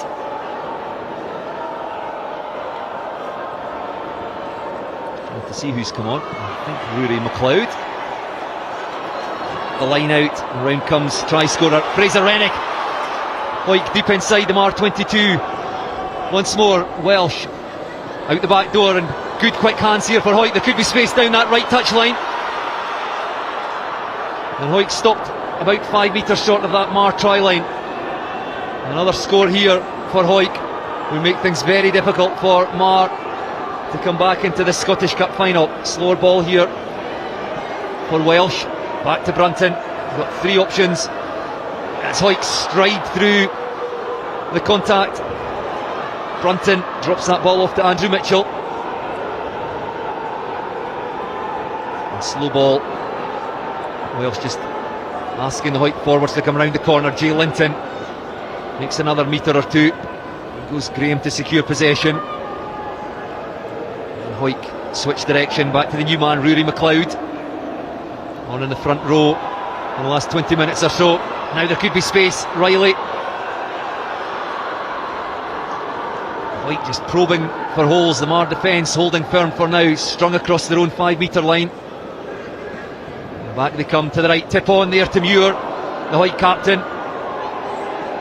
Stopped just short, Dalton Redpath. Tackle just out in front of the posts. Hawick again just looking for spaces. The Marr defence coming forward to meet them. Hawick just going through the phases here. Rennick with the ball, tipped on to Callum Rennick, Fraser to Callum. Hawick still on that 5 metre line. Marr defending for their lives here in the Scottish Cup final. Sean Muir into contact again. Quicker ball this time for Welsh. Out it goes to Sean Fairbairn. Solid defence here by Marr. How much longer can they hold though? As Hawick again go through the phases. Riley, and there's numbers out on that right hand side for Hawick. Can they go over in the corner? Very close here. Again stopped just short. No, up goes the referee's arm. A try awarded to Hawick, a third try, and they extend their lead out. It's Marr 6, Hawick 25. Yes, that's a great passage of play, great attacking set from Hawick. It's just good to see them build some momentum and pressure and go deep into the phase count. I thought it was a really good strike move that started that play, with Fraser Rennick coming around the back of that line out and Andrew Mitchell carrying really strong into that seam off the back of that line out, which got Marr on the back foot, and the battle gamely there to try and stem the tide. But there's just a lot of dominant ball carriers on the Hawick side, and they took advantage of some numbers on the edge there to go and score. It's Kirk Ford, the man who goes over for Hawick, scores their third try of this match, and with 18 minutes left on this one, it's Hawick's to lose. A long way for Marr to come back.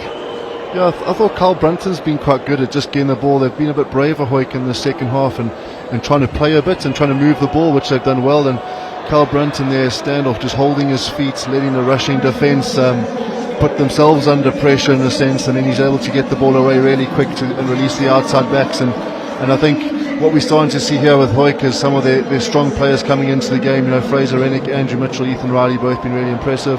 Carl Brunton's starting to pull the strings a bit as well in attack and make some good decisions whether to go through the front or out the back. So there's some good play there. That last replay showing how close Kirk Ford was to the touchline, but the referee was on the spot, and a try awarded to Hawick. Conversion attempt from out wide unsuccessful. 17 minutes left of this Scottish Cup final.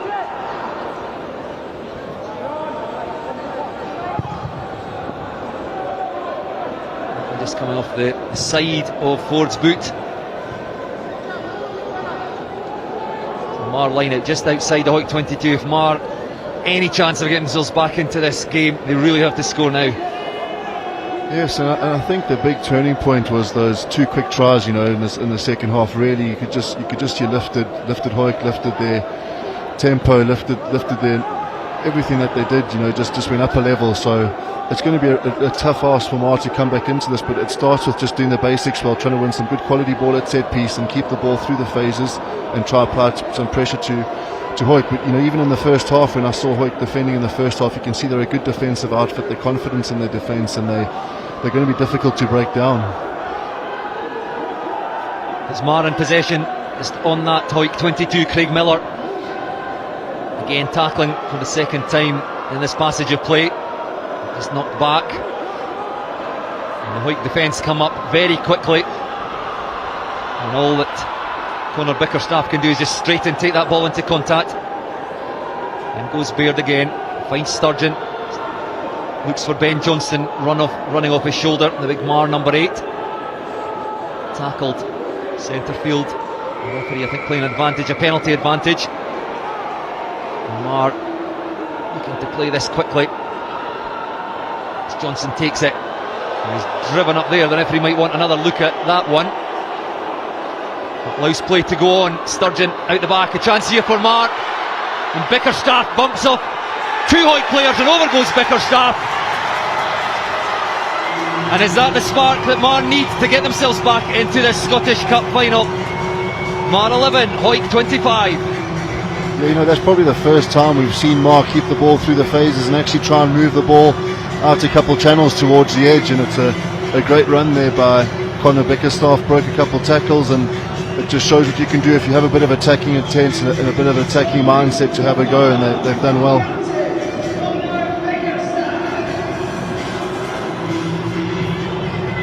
See the tackle there that the referee was playing a penalty advantage for, but Marr didn't need it. They played on. Back it went there to Conor Bickerstaff through the dummy and just straightened. He saw space in front. He still had a huge amount of work to do. Bumped off Kirkford, and over goes the powerful Marr inside centre. I think we'll start with a really powerful carry by the Marr number 8, Ben Johnson, a really strong carry, and suck some of the Hawick players in, and it just shows you get a bit of front foot ball, you can put pressure on the opposition. That's what can happen.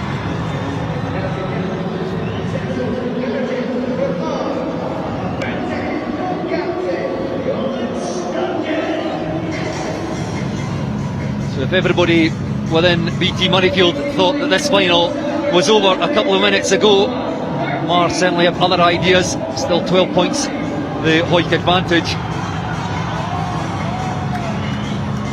Certainly made a game of things here, as you see another replay there of Conor Bickerstaff going over. Yes, you can just see what an important player Conor Bickerstaff is for Marr. He's had a couple of big moments for them throughout the game, so great for him to go and get a score there as a captain and put his team back in the mix. Marr now looking to attack from deep. Hawick just slipping up a couple of tackles. Kyle Brunton not able to bring his man down as Marr take play up towards their own 10-metre line. Looped out into the midfield. Still Marr in possession. Sturgeon to Johnson, and Marr finding space up that left touchline. Put boot to ball. Just controlled off the chest there of Kirkford. Bounces nicely for him. Sends that ball long. Whipped out the air by Ingles at the back again for Marr. A loud blast in the whistle by the referee. And I think perhaps Marr players advancing before they'd been put onside. Is that what the referee's indicating?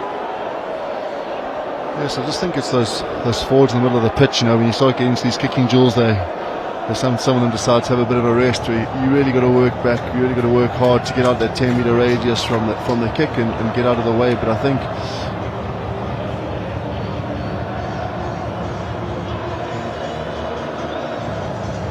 either way, the penalty awarded to Hawick and Sean Muir, the Hawick captain, opting to go for posts. I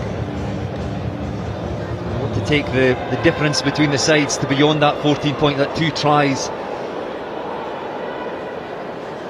This would take Hawick up to a 15 point lead. Yeah, Marr actually showed some real good intent there before those kicks came in, just to try and run the ball out of their half, and they did well. Again, Ben Johnson prominent on the edge with his carry and pass, and they kicked long through down the edge, and I just think again lost a kicking battle here, and it's given Hawick opportunity to get some more points. Kirkford makes no mistake.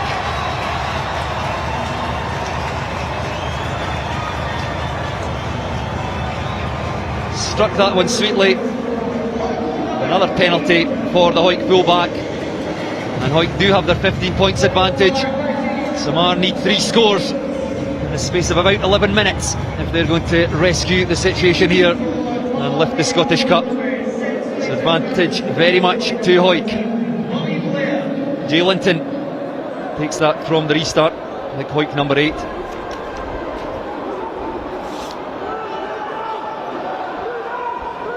Back from Welsh to Ford. Picked up by Bickerstaff, Scott Bickerstaff, over on the far side of the pitch. It's back to his feet, makes another metre or 2. Craig Millar diving forward. And Marr absolutely desperate here. They'll have to pick up the pace of the game. Johnston offering himself as a ball carrier, but loses that one as he takes it into contact.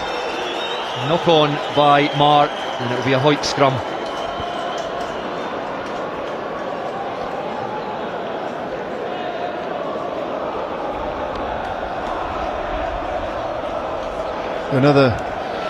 Not giving many more opportunities for Marr to get themselves back into this game, to be honest. So these kind of moments, got a scrum in Hawick's half. They'll want to stay in Hawick's half and try and get the ball back as soon as they can to have another go. But another example there, just of the work rate of the Hawick forwards, working hard, forcing the turnover, getting up off the line, dominant tackle.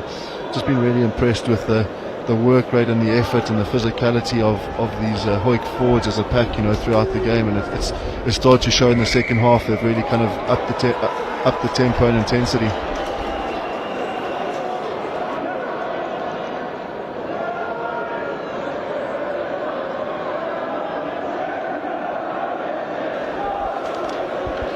It's a free kick awarded to Hawick from the scrum.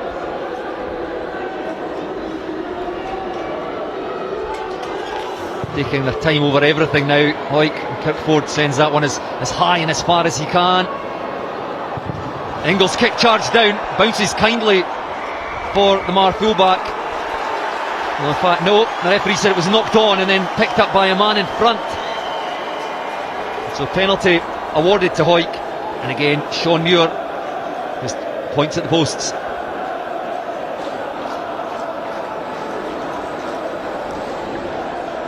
Graham just making a nuisance of himself there.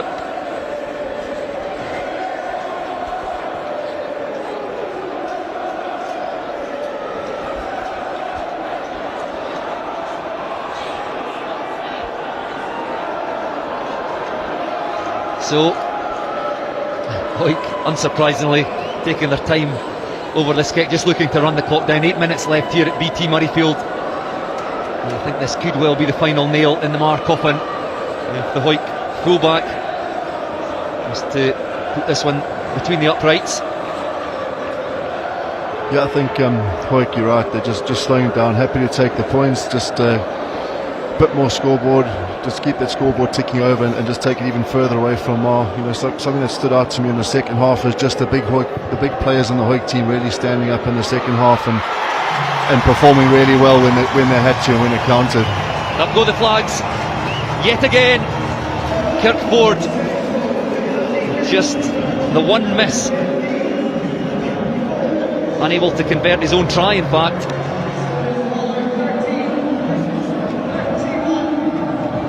So Marr 13, Hawick 31, 7 minutes left on the stadium clock here.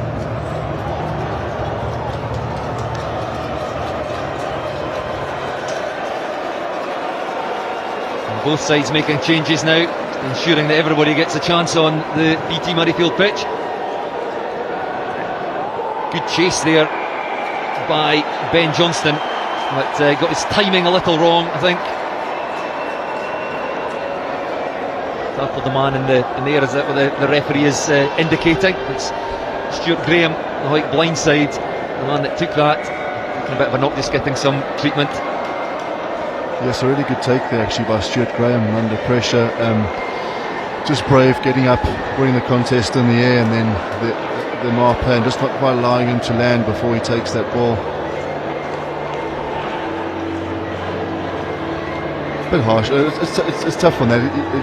He just hasn't quite landed before he's hit him, and it's a tough one for the player running in to get the timing exactly right, and he's got it ever so slightly wrong there, and probably a fair penalty. It's Angus Johnston on in the second half for Marr, twin brother of Ben Johnston, the Marr number 8. Stuart Graham seems to be okay.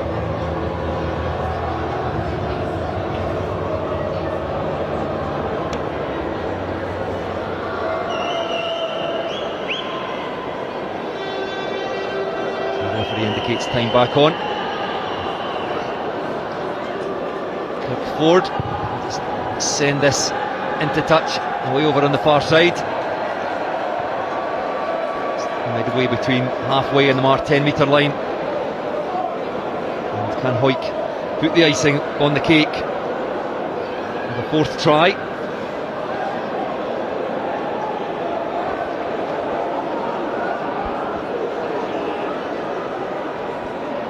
Matt Carrier taking over throwing duties. Club captain doesn't find his man. It's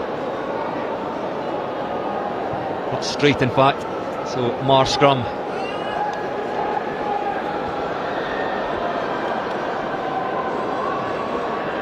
Yes, and Matt Carrier on now at hooker, who who's known as a really strong scrummager. And just shows the strength and depth in the Hawick squad. When you can bring that carry off the bench, a really experienced player, been around a while. So yeah.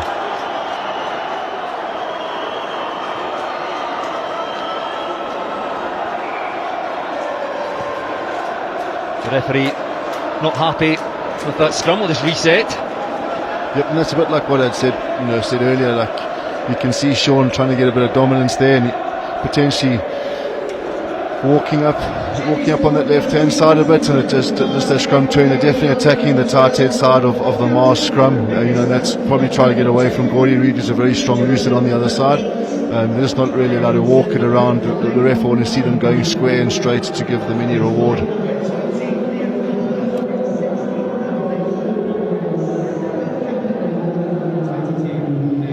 Marr then with the scrum, pressure comes on from Hawick. Referee allows Marr to play on, and away they go up into the Hawick half.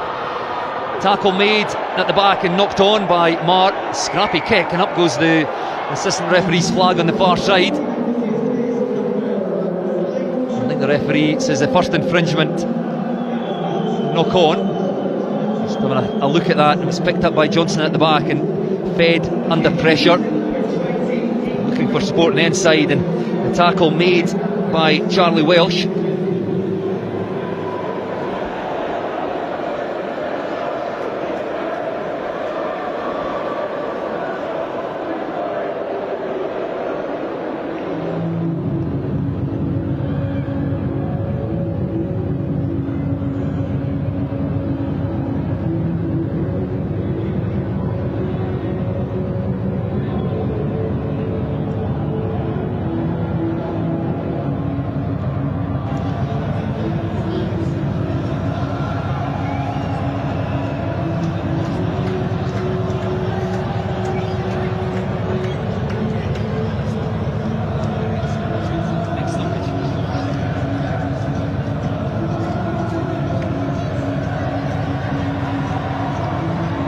Well, in fact, a bit of a stoppage in play here, so Fergus, you've been the man asked to name the player of the match. Who have you gone for? Well, for me, there's a couple of real key performers in the Hawick team. Ethan Riley and Andrew Mitchell, the one on the backs. being a forward myself and looking at the shift the Hawick pack have put in, I think it has to come from there. And the two guys for me that have been standout, probably Sean Muir and Jay Linton. And I think just for his impact at the start of the second half and his really impressive dynamic ball carrying and the way he turned the momentum towards the Hawick team, I'd go for Jay Linton at number 8 for Hawick. Fine choice. So Hawick number 8, Jay Linton, awarded player of the match.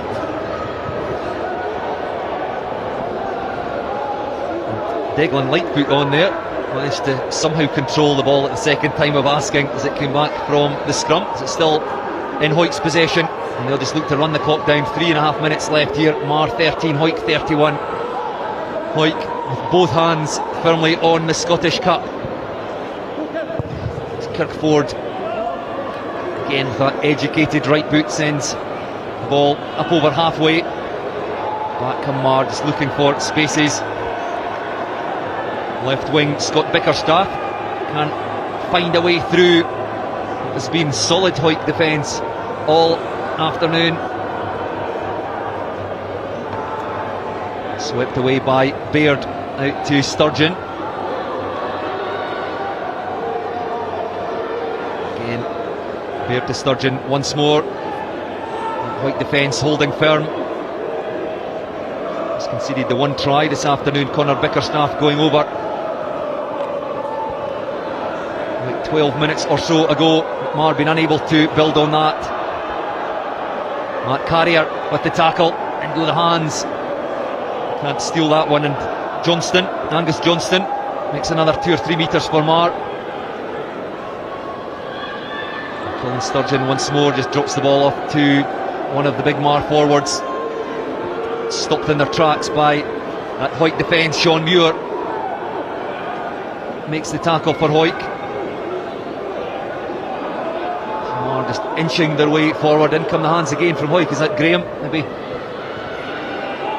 trying to steal that one for Hawick. Still with Marr. Although loud blast on the referee's whistle. Infringement at the breakdown by Marr. It's a Hawick penalty. Yeah, it's a great defensive set from Hawick. It's a great time as a player to be defending like that, isn't it? You know you've got the game won, last couple of minutes of the game, and they won't want to let Marr score any more points. And yeah, just filling the field, getting up off the line and making their tackles, and eventually they forced an error and forced a turnover at the breakdown. See on your screen there, Jay Linton, the Hawick number 8, awarded the player of the match award. Particularly for his carrying in this second half. Really got Hawick on the front foot. Yeah, it's been a dominant second half performance from the Hawick pack, and you know they fixed some of the troubles from the first half of the line out. Their scrum's been solid, but to be honest, what's really impressed me is just their work rate off the ball, you know, and that's what's really important for a forward pack. They work it off the ball in defence and getting back up on their feet and trying to get repeat efforts. It's been really impressive. So one last chance for Hawick. As Ethan Riley in his last game carries into contact. Sean Muir again, very much played the captain's role here this evening. Matt Carrier, a bit of footwork for the replacement hooker, and again makes 2 or 3 metres. Powerful carrying by the Hawick forwards, just a little too far in front of Dalton Redpath there. Had to reach for that one. Couldn't take it, but the referee was playing an advantage. Marr not rolling away at the breakdown, and yet another Hawick penalty. Yeah, I think one thing that stood out today is just that composure Hawick had in the second half. You know, they've been under pressure in the first half, and it's a team that you can see are used to winning, aren't they? So they just kept their composure, stayed calm, and when they came out in the second half, they just lifted the intensity and they lifted their play to a higher level, and Marr weren't quite able to live with it in some areas of the game.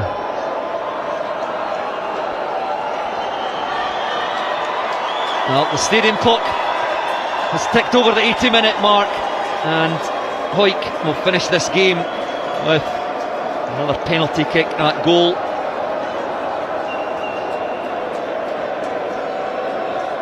Kirkford has been wonderful with his boot this afternoon, both out of hand and from the tee. Well, in fact, I should have said that. The old commentator's cursed, but Hawick won't mind that because the referee blows for full time. Ford misses with his final attempt at goal, but Hawick are, for the third time, lift the Scottish Cup. 21 years since that double back in 2002, but they've done it again 21 years later. League and Cup champions. A wonderful second half performance by the Greens sees them win. It finished Marr 13, Hawick 31. Yeah, to be honest, Bruce, it's probably credit to both teams. We thought at half time we were chatting, it was 6-3, not the best weather today, not the best conditions, and it could have easily just been an arm wrestle that you cut a couple more penalties in the second half, but both teams came out in the second half and tried to play, and the game opened up, which was great from a spectator point of view and an excitement point of view. And I think both teams, you can see that put their best performance out there on the day that they could, and credit to Hawick for winning the game.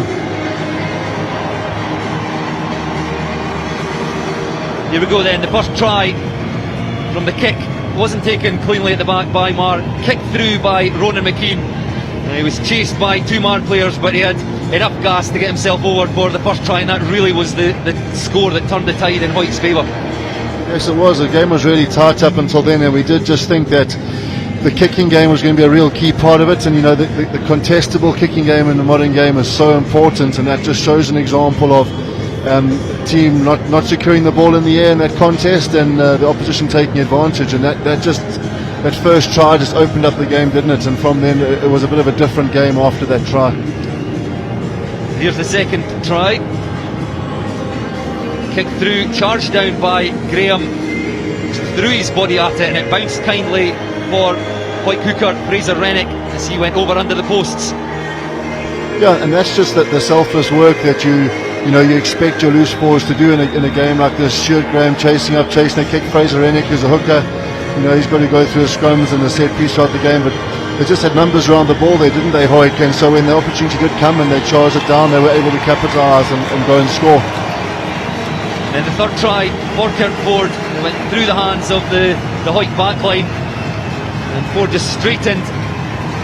Ingles tried to bundle him into touch, but somehow the Hawick fullback managed to get that ball down before he was thrown out of the field of play.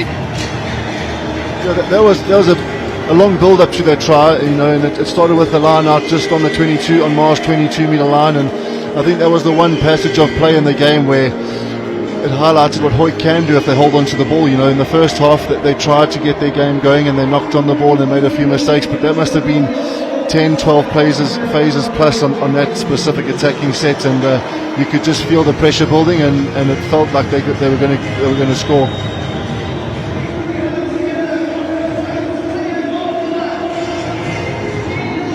Here's the Marr try as the ball came out to Conor Bickerstaff. He straightened, bounced off board, stepped back inside and went over and just gave Marr a glimmer of hope.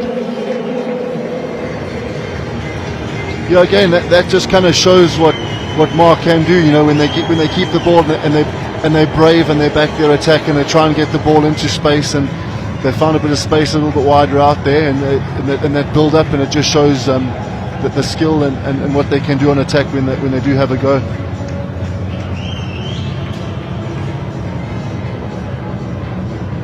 Victorious Hawick squad just down in front of us there. I think they're all looking up towards Jay Linton. You can see just coming onto your screen now, clutching in his left hand the player of the match trophy.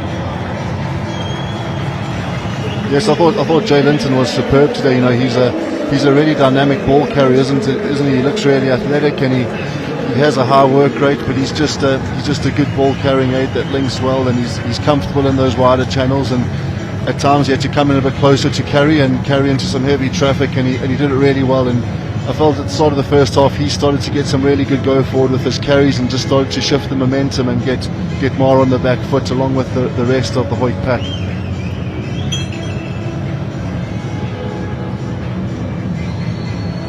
The Marr players just coming up the steps here to pick up their runners-up medals.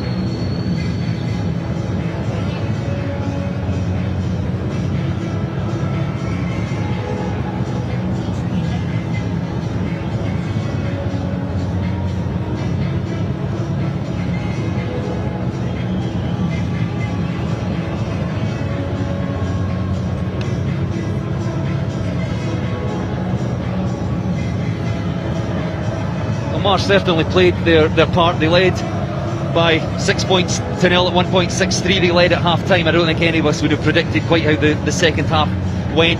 They couldn't quite live with Hawick as they went up through the gears, but certainly contributed strongly to what was certainly a very entertaining second half here at BT Murrayfield.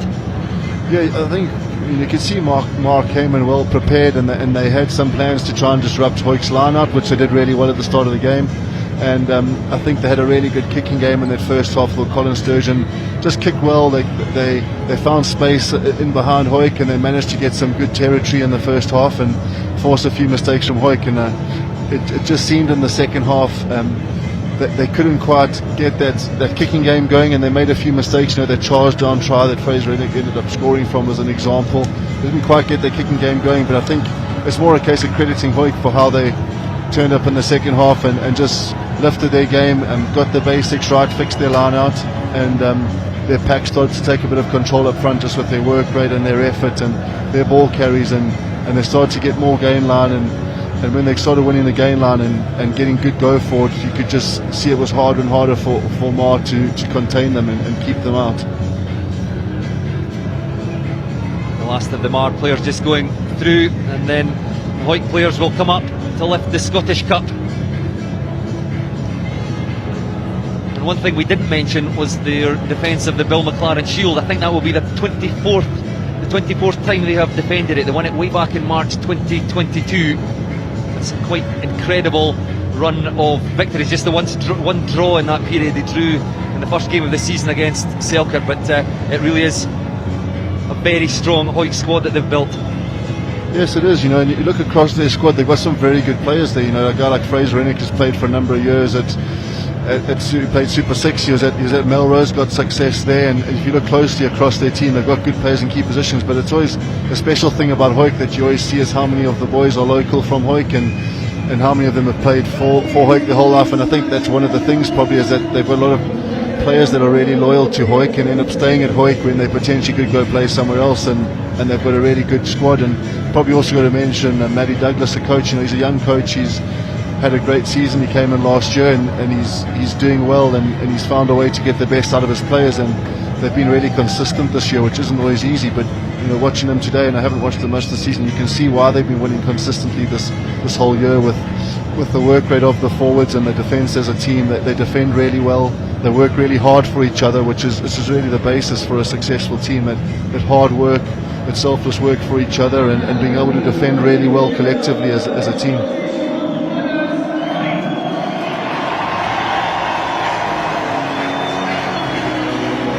And up the steps now come the Hawick players.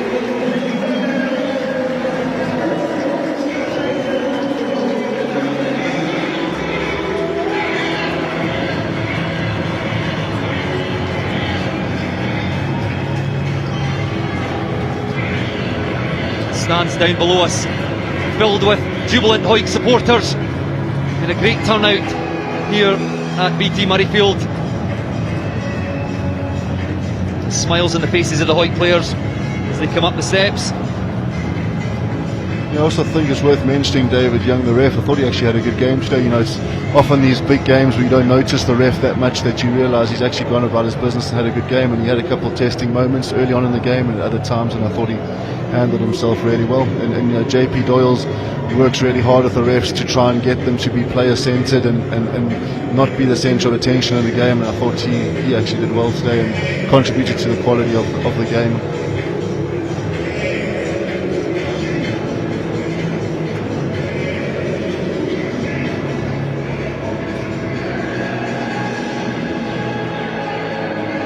Hawick players just gathering to be awarded the cup. Sean Muir, their captain,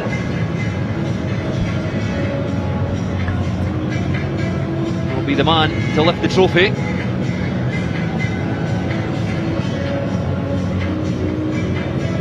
Fighting their way up through the many Hawick supporters.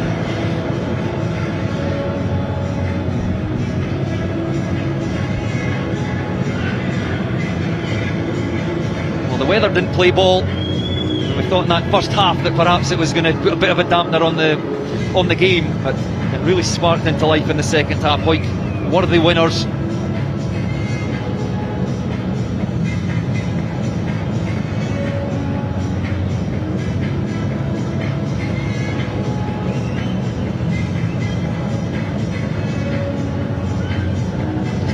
waiting on the trophy appearing. But Matt Carrier and Sean Muir sharing captaincy duties. Come down to the front. And up goes the Scottish Cup. Lifted by Sean Muir and Matt Carrier, the club captain. And Hawick have just made what was a good season a great season, as they lift the Scottish Cup for the third time, to add to those victories in 1996 and 2002. 21 years, it's been a long time in coming for a rugby mad town. There'll be some celebrations in Hawick tonight, I imagine.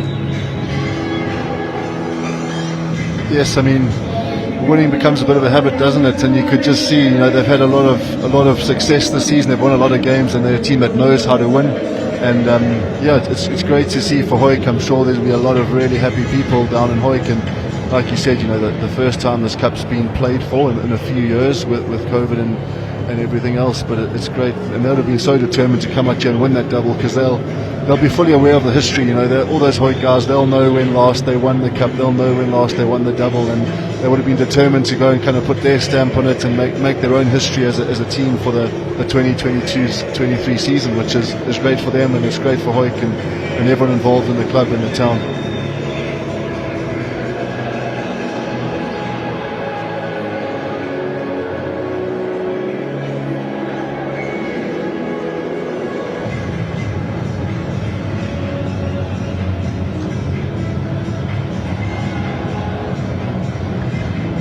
Big smiles on the faces of the Hawick players as they work their way back down the steps.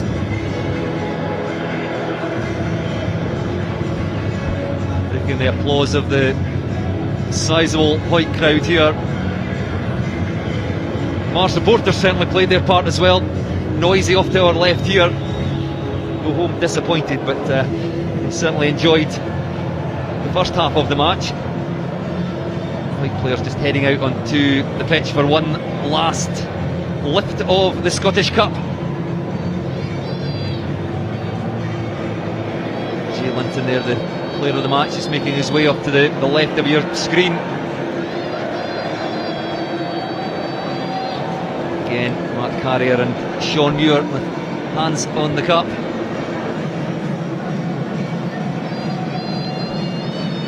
Big smile on the face of Matt Carrier.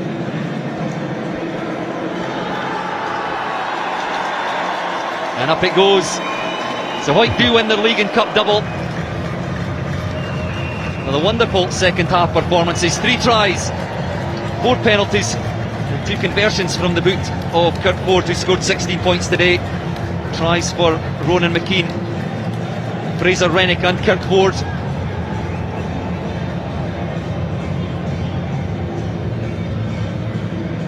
Everybody been called into the shot here. Everybody wants in the photos. It's a big management Most of team. Hawick is now in this photo.